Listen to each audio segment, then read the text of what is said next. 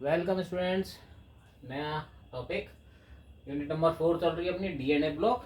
ठीक है, इसका नया टॉपिक है अपना ऑक्सीडेशन स्टेट्स। ठीक है, मैंने पूरा सा पहले से ही पूरा ये तैयार कर रखा है जिससे समझने में हमको इजी हो जाए, वीडियो छोटा हो जाए, वीडियो की लेंथ छोटी हो जाए और आसानी से आप समझ लो इस चीज़ को। ठीक है, ऑक्सीडेशन स्टेट्स जो है वो डीएनए ब्लॉक एलिमेंट्स की नेक्स्ट प्रॉपर्टी है। इससे पिछले वीडियो में हमने आपको आयनाइजेशन एंथैल्पीज की वैल्यूज के बारे में बताया था और आयनाइजेशन एंथैल्पीज किस तरीके से ट्रेंड करता है 3D सीरीज में from left to right, from scandium to zinc. ये पिछले वीडियो में आप जाकर देख सकते हो। अपना नेक्स्ट वीडियो जो ये वाला चल रहा है इसमें हम पढ़ रहे हैं oxidation states. Actually oxidation states को हम कहते हैं क्या? एक्चुअली ऑक्सीडेशन स्टेट का मतलब क्या होता है? ऑक्सीडेशन स्टेट का मतलब होता है, हिंदी में इसको कहते हैं ऑक्सीकरण अवस्था। और ऑक्सीडेशन स्टेट का मतलब होता है to carry the charge of other atoms by an atom. कोई एक एटम जो है वो अदर एटम्स का कितना चार्ज वो गेन कर सकता है उसको हम ऑक्सीडेशन स्टेट कहते हैं। एक नॉर्मल सिंपल लैंग्वेज में, जर्नल लैंग्वेज में अगर हम कहें, एक सामान्य साइंस की भाषा में अगर बोला जाए कि कोई एक सिंगल एटम जो है वो और कितने अदर एटम्स के साथ बॉन्डिंग कर सकता है, total number of bonding, total number strength of bonding. मतलब कोई एक सिंपल एटम जो है वो अपने आसपास और कितने ज्यादा एटम्स को कैरी ऑन कर सकता है और वो कितने मैक्सिमम बॉन्ड्स फॉर्म कर सकता है, उस स्ट्रेंथ को हम क्या कहते हैं? नॉर्मल लैंग्वेज में ऑक्सीडेशन स्टेट कहते हैं। अब इसके बाद यहां से आगे चलते हैं। तो इसका मतलब क्या है? इसका मतलब ये है कि आप अगर एक चीज देखो तो ये जो टेबल है, इस टेबल में एक जो ट्रेंड दिखाई दे रहा है, एक्चुअली क्या दिखाई दे रहा है कि स्टार्टिंग डी सीरीज स्टार्टिंग और डी सीरीज एंड, स्टार्टिंग और एंड में जो है इनके नंबर्स, जो ऑक्सीडेशन स्टेट्स के नंबर है वो लोएस्ट है। और जैसे जैसे हम फर्दर ऑन मूव ऑन कर रहे हैं, आगे बढ़ रहे हैं लेफ्ट टू राइट, तो number of oxidation states increase हो रहे हैं और number of oxidation state increase हो रहे हैं वो मिड में आकर के मैक्सिमाइज हो रहे हैं और देन आफ्टर ये धीमे धीमे डिक्रीज हो रहे हैं।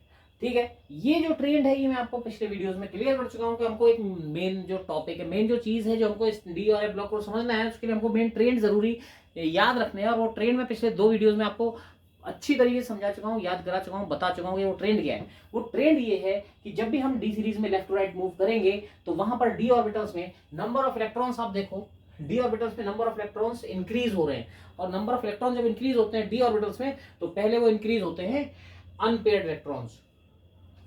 मिड में अगर number of unpaired electrons maximise होते हैं, मैक्सिमम नंबर्स में होते हैं, देन आफ्टर जो है वो नंबर ऑफ अनपेयर्ड इलेक्ट्रॉन्स जो है वो धीमे धीमे डिक्रीज होते हैं और लास्ट में जिंक पे जाकर के वो ऑलमोस्ट सारे इलेक्ट्रॉन्स पेयर्ड हो जाते हैं।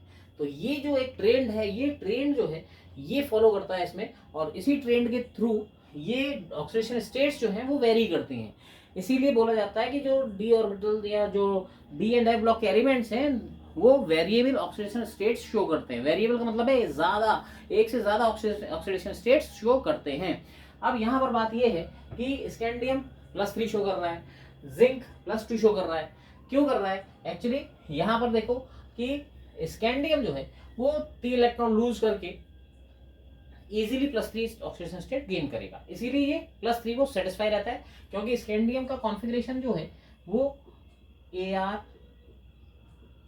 3D1 और 4s2 है।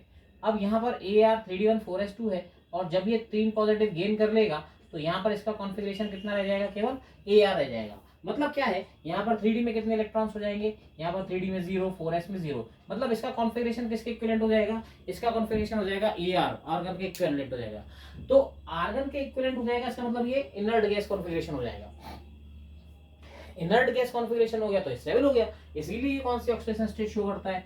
ये शो करता है +3। इसी तरीके से जिंक केवल कितनी शो करता है? +2 शो करता है। +2 क्यों शो करता है? क्योंकि +2 शो करने के बाद Zn2 पॉजिटिव जो बनेगा उसमें डी कॉन्फ़िगरेशन हो जाएगा 10 और s में रह जाएंगे 0, यानी इसका डी ऑर्बिटल कंप्लीट हो जाएगा।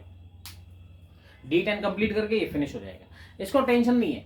क्यों नहीं है? क्योंकि मेरा डी ऑर्बिटल फ्री है, सब पेयर्ड है, कोई टेंशन नहीं है। मेरे को 2 इलेक्ट्रॉन लूज करने हैं, s से निकाल दी, अभी ले जा, कोई दिक्कत नहीं है। तो एक्चुअली क्या है, यहाँ पर अनपेयर्ड इलेक्ट्रॉन खत्म हो जाएंगे, ये ऑर्गन का जो कॉन्फ़िगरेशन है वो एक्सेप्ट कर लेगा, तो इसलिए सेटिस्फाइड है। और जिंक 2 इलेक्ट्रॉन लूज करके डी ऑर्बिटल कंप्लीट करके बैठा है, तो इसको टेंशन नहीं है। इसीलिए स्टार्टिंग में किसी भी डी सीरीज की स्टार्टिंग में number of unpaired electrons minimum होते हैं और डी सीरीज के एंड में number of paired electron maximum होते हैं। इसलिए ये लो ऑक्सीडेशन स्टेट्स शो करते हैं लोएस्ट नंबर में। मतलब एक ही नंबर इसकी है और एक ही नंबर इसका है। अब जैसे जैसे आगे ट्रेंड बढ़ रहा है ट्रेंड आगे बढ़ रहा है तो सीधी सी बात है number of unpaired electron increase हो रहे हैं। अब यहाँ पर हम अगर देखते हैं तो अगर हम एक सिंपल सी लॉजिक देखें तो यहाँ से मिड तक जाने में, किसी भी डी सीरीज में स्टार्टिंग से मिड तक जाने में जो मैक्सिमम ऑक्सीडेशन स्टेट है वो ग्रुप नंबर से रिलेट करता है। कैसे करता है? यहाँ पर स्कैंडियम +3 शो कर रहा है, स्कैंडियम का ग्रुप नंबर क्या होता है 3, टाइटेनियम का 4, वेनेडियम का 5, क्रोमियम का 6, मैग्नीज का 7। आप देखो स्कैंडियम +3 यानी ग्रुप नंबर भी 3 और मैक्सिमम ऑक्सीडेशन स्टेट भी 3, titanium 4, maximum oxidation state 4, vanadium 5, maximum oxidation state 5, 6 6 7 7। यानी मिड तक आते आते किसी डी सीरीज में मिड तक आते आते जो उनका जो मैक्सिमम ऑक्सीडेशन नंबर है that shows the group number of that element, वो उस एलिमेंट के ग्रुप नंबर को शो करता है, उसको ग्रुप के नंबर से रिजेंबल करता है, मैच करता हुआ होता है, ठीक है। बट देयर आफ्टर उसके बाद ऐसा नहीं होता। क्यों नहीं होता? क्योंकि यहाँ पर आकर के maximum number of electron unpaired रहते हैं, देन आफ्टर वो पेयर्ड होना शुरू हो जाता है। तो पेयरिंग शुरू होने का मतलब है कि वहां पर फिर जो है वो मैक्सिमम नंबर से कम इलेक्ट्रॉन पेयर्ड रहते हैं, सॉरी अनपेयर्ड रहते हैं। तो वो अनपेयर्ड इलेक्ट्रॉन कम हो जाते हैं, इसलिए वहां पर ऑक्सीडेशन स्टेट भी रिड्यूस होती जाती है और देन आफ्टर वो इसी तरीके से केवल शो करते हैं। अब यहाँ पर जो मैंने अंडरलाइन कर रखी है oxidation states, these are stable oxidation states of the elements. ये एलिमेंट्स की स्टेबल ऑक्सीडेशन स्टेट्स हैं जो ये शो करते हैं। इस तरीके से आप देखो यहां पर जो मैंने अंडरलाइन कर रखी है, जितनी ऑक्सीडेशन स्टेट्स अंडरलाइन कर रखी हैं वो ऑक्सीडेशन स्टेट्स वो हैं जो कि बहुत ज्यादा स्टेबल होते हैं, इन कंडीशंस में ये बहुत ज्यादा स्टेबल होते हैं, ठीक है। इसका मतलब ये नहीं है कि बाकी सब नहीं दिखाते, बाकी सब शो नहीं करते, ऐसा नहीं है।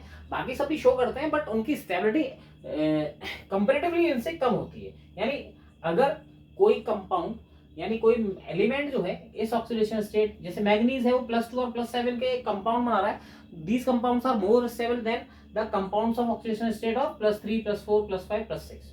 इन ऑक्सीडेशन स्टेट के कंपाउंड से ये दोनों ऑक्सीडेशन स्टेट्स के कंपाउंड्स जो हैं वो ज्यादा स्टेबल होंगे, वो ज्यादा देर तक टिके रहेंगे। ऐसा यहाँ पर हर किसी के साथ है। आप देखो टाइटेनियम एक्चुअली TiCl2 भी होता है और TiCl4 भी होता है, ठीक है। अब यहाँ पर स्टेबिलिटी TiCl2 और TiCl4 की ज्यादा है कंपैरेटिवली TiCl3 की। तो इस तरीके से यहाँ पर एक कॉमन चीज है, ये हमको ध्यान रखनी है कि यहां से यहां तक जो ग्रुप नंबर शो हो रहा है वही ऑक्सीडेशन स्टेट नंबर मैक्सिमम है। उसका रीजन क्या है? क्योंकि यहां से यहां तक नंबर ऑफ अनपेयर्ड इलेक्ट्रॉन्स बढ़ते चले जाते हैं। नंबर ऑफ अनपेयर्ड इलेक्ट्रॉन्स बढ़ रहे हैं तो वो उतने ही बॉन्ड बनाएगा। नंबर ऑफ अनपेयर्ड इलेक्ट्रॉन बढ़ने का मतलब है कि अनपेयर्ड इलेक्ट्रॉन को बॉन्डिंग की पेयरिंग के लिए इलेक्ट्रॉन चाहिए, और पेयरिंग के लिए जितने ज्यादा इलेक्ट्रॉन प्रेजेंट रहेंगे उतना ही वो मैक्सिमम ऑक्सीडेशन स्टेट शो करेगा, ठीक है। इस तरीके से यहां पर आप देखो तो ये एक इनका नॉर्मल कैरेक्टर है। अब यहां पर एक कॉमन चीज क्या दिखाई दे रही है, यहां से लेकर यहां तक केवल स्कैंडियम को छोड़ दीजिए, यहां से लेकर यहां तक जो एक ऑक्सीडेशन स्टेट सब में कॉमन दिखाई दे रही होगी वो कौन सी दिखाई दे रही है आपको? +2। यानी एक नॉर्मल लाइन हम ऑक्सीडेशन स्टेट में क्या बना सकते हैं? The normal oxidation state of 3D series is +2 for every element, for all elements except scandium. Scandium को छोड़कर जितने भी 3D सीरीज के एलिमेंट्स हैं वो सब नॉर्मल ऑक्सीडेशन स्टेट क्या शो करते हैं? +2। कोई ज्यादा स्टेबल है कोई कम स्टेबल है, बट शो तो सब कर रहे हैं ना।